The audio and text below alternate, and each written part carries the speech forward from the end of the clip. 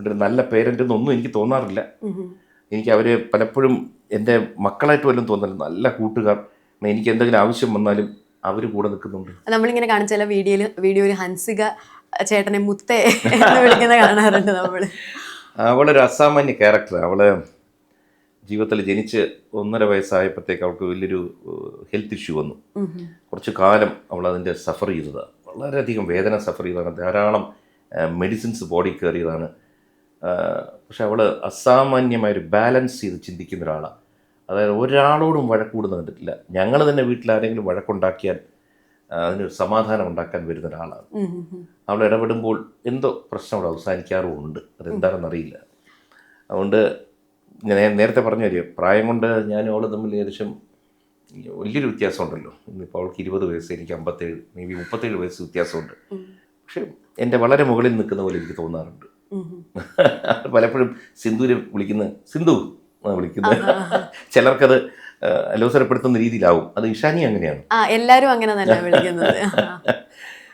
ഓരോരുത്തരുടെ ഇഷ്ടം അവരുടെ കംഫർട്ടുമാണ്. അല്ല, നമുക്കത് കാണുമ്പോൾ ഒരു ഫ്രണ്ട്ലി പാരന്റൽ വൈബ് പാരന്റ്സ് നല്ല വഴക്കൂടും, ഞങ്ങൾ നല്ല ചീത്ത കൊടുക്കാറുണ്ട്. അതൊക്കെ വേറെ വിഷയം കേട്ടോ. പക്ഷെ ഈ അടുത്ത കാലത്തൊക്കെ അവരങ്ങ് വളരെ പക്വത വന്ന പോലെ നമുക്കൊന്നും ഒരു വഴക്ക് കൂടാനൊരു ചാൻസ് പോലും തരുന്നില്ല. ഇതൊക്കെ ഒരു അനുഗ്രഹമാണ്, അല്ലെ വേറെ ഒന്നുമില്ല, ഭാഗ്യമാണ്. ഇപ്പോൾ ഹൻസികയുടെ കാര്യം പറഞ്ഞപ്പോൾ അതുമായിട്ട് കണക്ട് ചെയ്യാന്നുണ്ടെങ്കിൽ, ഇപ്പോൾ നിങ്ങളുടെ വീട്ടിൽ ചെറിയ കുട്ടി തൊട്ട് യൂട്യൂബ് ചാനലുണ്ട്. അപ്പം ഫിനാൻഷ്യൽ മാനേജ്മെന്റ് എങ്ങനെയാ? കോളേജിൽ പോകുന്ന കുട്ടിക്ക് അടക്കം ഫിനാൻഷ്യൽ അതായത് അക്കൗണ്ടിലേക്ക് പൈസ വീഴുകയാണല്ലോ വീഡിയോസ് ഇടുന്നതനുസരിച്ച്. യൂട്യൂബ് റവന്യൂ വീഴുകയാണല്ലോ. അപ്പോൾ ഒരു ഫിനാൻഷ്യൽ കൺട്രോൾ ഒക്കെ ഉണ്ടോ? എങ്ങനെയാന്നൊക്കെ ഉള്ളത്? പാരൻസ് ഇടപെടാറുണ്ടോ? ഫിനാൻഷ്യൽ ഡിസിപ്ലിൻ എന്ന് പറയും. ഡിസിപ്ലിൻ ഏത് ജീവിതത്തിൽ ഏത് മേഖലയിൽ നമുക്ക് ഒരു അച്ചടക്കം വേണം. അച്ചടക്കം ഉണ്ടെങ്കിൽ കാര്യങ്ങൾ ഭംഗിയാവും. അപ്പോൾ ആദ്യം തന്നെ നമ്മളെപ്പോഴും ഇന്ന് നമുക്ക് ഓഡിറ്റേഴ്സ് ഉണ്ട്, ചാർട്ടേഡ് അക്കൗണ്ടൻസ്, ഇഷ്ടംപോലെ ആൾക്കാരുണ്ട്. അവരുമായി ബന്ധപ്പെട്ട് തന്നെ നമ്മൾ പോകണം. രണ്ടാമത്തെ വിഷയം, വീട്ടിൽ ആരെങ്കിലും ഒരാൾ ഇതിനെ കൺട്രോൾ ചെയ്യണം. ഫോർ എക്സാമ്പിൾ, എപ്പോഴും ഈ മാനേജ്മെൻറ്റ് കാര്യത്തിൽ സ്ത്രീകൾക്ക് അസാമാന്യ കഴിവാണ് പുരുഷന്മാരെക്കാൾ. പുരുഷന്മാർ മോശം എന്നല്ല. അപ്പോൾ വീട്ടിലെ എല്ലാ കാര്യങ്ങളും നിയന്ത്രിക്കുന്നത്, ഫിനാൻഷ്യൽ കാര്യങ്ങൾ നിയന്ത്രിക്കുന്നത് സിന്ധുവാണ്. ഞങ്ങൾ 6 പേരുടെയും കാര്യങ്ങൾ. Plus V have A nice ഒരു ചാർട്ടേഡ് അക്കൗണ്ട് കമ്പനിയുണ്ട്, ഓഡിറ്റിംഗ് കമ്പനിയുണ്ട്. അപ്പോൾ കൃത്യമായി ടാക്സ് അടച്ചു പോവുക, കൃത്യമായി എല്ലാ സമയവും റിട്ടേൺസ് ഫയൽ ചെയ്യുക. അങ്ങനെ ജീവിച്ചു കഴിഞ്ഞാൽ, ഒരു ചിട്ടയും ശീലവും തുടക്കത്തിൽ വെച്ച് കഴിഞ്ഞാൽ ഇറ്റ്സ് വെരി സിമ്പിൾ.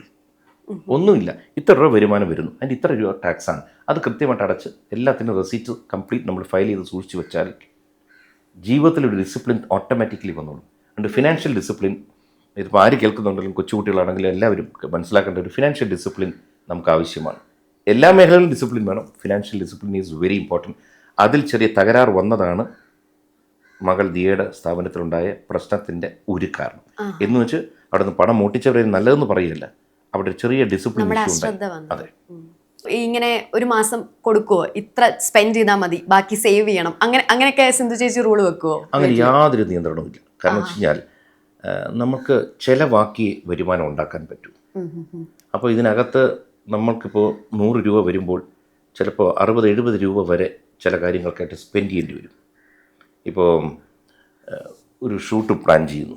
ഇപ്പോൾ അഹാന തന്നെ സ്വന്തമായിട്ടൊരു ഒരു പ്രൊഡക്ഷൻ ഹൗസ് സ്റ്റാർട്ട് ചെയ്യുന്നു. അപ്പോൾ അതിനകത്ത് നമ്മൾ മുടക്കി കഴിയുമ്പോൾ അതിനെ നമുക്കറിയത്തുള്ളൂ. കാരണം റിട്ടേൺസ് വരണമെങ്കിൽ ഇപ്പോൾ ഏതൊരു ബിസിനസ് പോലെയാണ് നമ്മുടെ ജീവിതത്തിലും നമ്മൾ മുടക്കും. ചിലത് ക്ലിക്ക് ചെയ്യും, ചിലത് ഫ്ലോപ്പ് ആവും. പക്ഷെ വീണ്ടും നമ്മൾ ശ്രമിക്കും. അതുപോലെ തന്നെ നമ്മുടെ ഈ സോഷ്യൽ മീഡിയയിൽ ഇതിനകത്ത് വന്നു കഴിയുമ്പോൾ നമുക്ക് ലൈഫ് മെയിൻറ്റെയിൻ ചെയ്യാൻ നമുക്ക് സ്വാഭാവികമായിട്ടും നമ്മുടെ എക്സ്പെൻസസ് എല്ലാം കൂടും. അതങ്ങനെയാണ്. ഇതൊരു ഷോ വേൾഡാണ്. അപ്പോൾ കുറേ രൂപ നമുക്ക് ഷോയ്ക്കായിട്ടും ചിലവാക്കേണ്ടി വരും. ഇതിനോടൊക്കെ ഉണ്ടാവും ആൾക്കാർക്ക്. പക്ഷേ ഞാൻ എപ്പോഴും പിള്ളേർക്ക് പറയും, ചിലവാക്കി തന്നെ പോകണം. അതുപോലെ തന്നെ ഞങ്ങൾക്കൊരു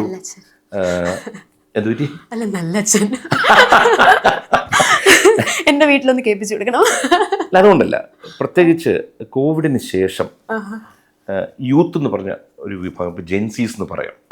ജെൻസി കഴിഞ്ഞപ്പോൾ ആൽഫയും ബീറ്റയും വന്നു കഴിഞ്ഞു, കാരണം ഓമിയൊക്കെ ബീറ്റയാണ്. എങ്കിലും കോവിഡിന് ശേഷം കാണുന്നതെന്ന് വെച്ചാൽ ആൾക്കാർക്ക് ചിലവാക്കാനുള്ള ഒരു മനസ്സ് കൂടി.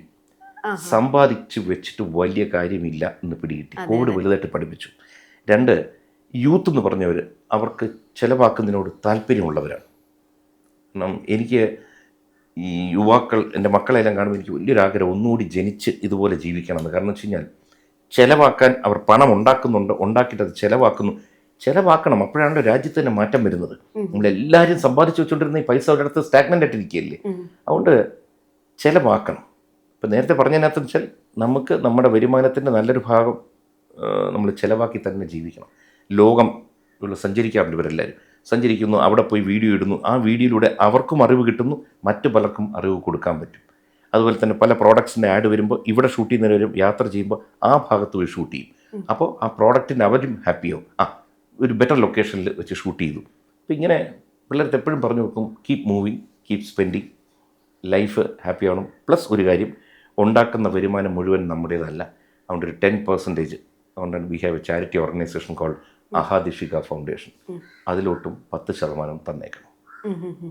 കാരണം അത് എന്നും മാറ്റി വെച്ചോണം. കാരണം പലർക്കും തോന്നി ഞാൻ ഉണ്ടാക്കിയതാണ്. അല്ല, അത് വന്നു കയറിയതാണ് പൈസ.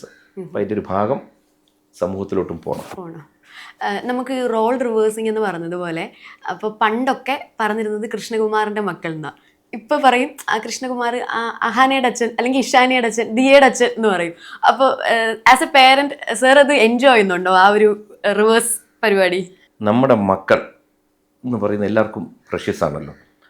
നമ്മളിലൂടെ അവരറിയപ്പെട്ടു, അവരിലൂടെ തിരിച്ചറിയപ്പെടാൻ കഴിഞ്ഞാൽ അതൊരു വലിയ ഭാഗ്യമാണ്, അനുഗ്രഹമാണ്. വീണ്ടും എനിക്കതിനകത്തൊരു സ്പെഷ്യൽ സംഭവം വെച്ചാൽ അതെല്ലാം കഴിഞ്ഞ് ഇപ്പോൾ ഓമിയുടെ അപ്പൂപ്പൻ എന്ന് പറഞ്ഞ് അറിഞ്ഞു തുടങ്ങിക്കഴിഞ്ഞു. അതൊരു ഭാഗ്യമാണല്ലോ. കാരണം വെച്ച് കഴിഞ്ഞാൽ ഞാൻ വർഷങ്ങൾക്ക് മുമ്പ് ഞാൻ ഫേസ്ബുക്കിൽ എഴുതിയിട്ടുണ്ടായിരുന്നു മാറുന്ന മേൽവിലാസങ്ങൾ എന്ന് പറഞ്ഞു.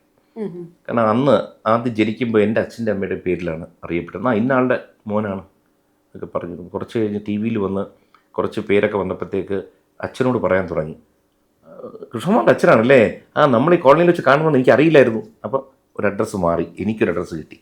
ഇത് കഴിഞ്ഞ് സിനിമയിലൊക്കെ വന്നപ്പോഴത്തേക്ക് നമുക്കൊരു എസ്റ്റാബ്ലിഷ്ഡായി കൃഷ്ണകുമാർ. അത് കഴിഞ്ഞ് കൃഷ്ണകുമാറിൻ്റെ ഭാര്യ, കൃഷ്ണകുമാറിൻ്റെ മക്കൾ. ഇന്ന് ആ 5 സ്ത്രീകളും അവരുടേതായ അധ്വാനവും അവരുടെ ഭാഗ്യവും കൊണ്ട് അവർക്കൊരു മേൽവിലാസം കിട്ടിയപ്പോൾ എത്രയോ സ്ഥലങ്ങളിൽ ഹൻസിക ചേച്ചിയുടെ അച്ഛനല്ലേ എന്ന് ഒരു കൊച്ചുകുട്ടികളെന്ന് ചോദിക്കും, അങ്കിളല്ലേ ഹൻസിക ചേച്ചിയുടെ അച്ഛൻ. അത് കഴിഞ്ഞാണ് ഈ മകളുടെ ഇഷ്യൂ വന്ന് പുതിയൊരാൾ ജനിച്ച് ഓമിയുടെ വന്നപ്പോൾ ഇപ്പോൾ ഓമിയുടെ അപ്പൂപ്പൻ എന്ന് പറയുന്നതിനേക്കാൾ ഓമിയുടെ വിശേഷങ്ങൾ വന്ന് ചോദിക്കുന്നുണ്ട്. ഇതൊക്കെ നമുക്ക് വളരെ വലിയ അഭിമാന നിമിഷങ്ങളാണ്. അതുകൊണ്ട് എനിക്ക് ഒരുപാട് നന്ദി പറയാനുണ്ട് പലരോടും. കാരണം വെച്ച് കഴിഞ്ഞാൽ ഇതൊക്കെ എന്തുകൊണ്ടാണ് സംഭവിക്കുന്നത് വെച്ചാൽ മക്കളൊക്കെ പോസ്റ്റ് ചെയ്യുന്ന വീഡിയോസ് ആൾക്കാർ കാണുന്നു, എൻജോയ് ചെയ്യുന്നു, നമ്മളോടൊരു ഇഷ്ടമുണ്ട്. അതുകൊണ്ടാണല്ലോ എപ്പോഴും ഞാൻ ഈ ഭാഗ്യം അനുഗ്രഹം എന്ന് പറയാൻ കാര്യം വെച്ച് കഴിഞ്ഞാൽ gratitude is riches and complaint is poverty എന്നൊരു വേർഡ് പല കുട്ടികൾക്കും അറിയാം. ഇതൊരു ബുക്കിൽ വന്നതാണ്. ഈ ഉപകാര സ്മരണ എന്ന് പറയുന്നൊരു സാധനമുണ്ട്. നമ്മളെപ്പോഴും നമുക്ക് വന്ന ഉപകാരങ്ങളും ചെയ്തവരെയും നമ്മൾ സ്മരിക്കണം.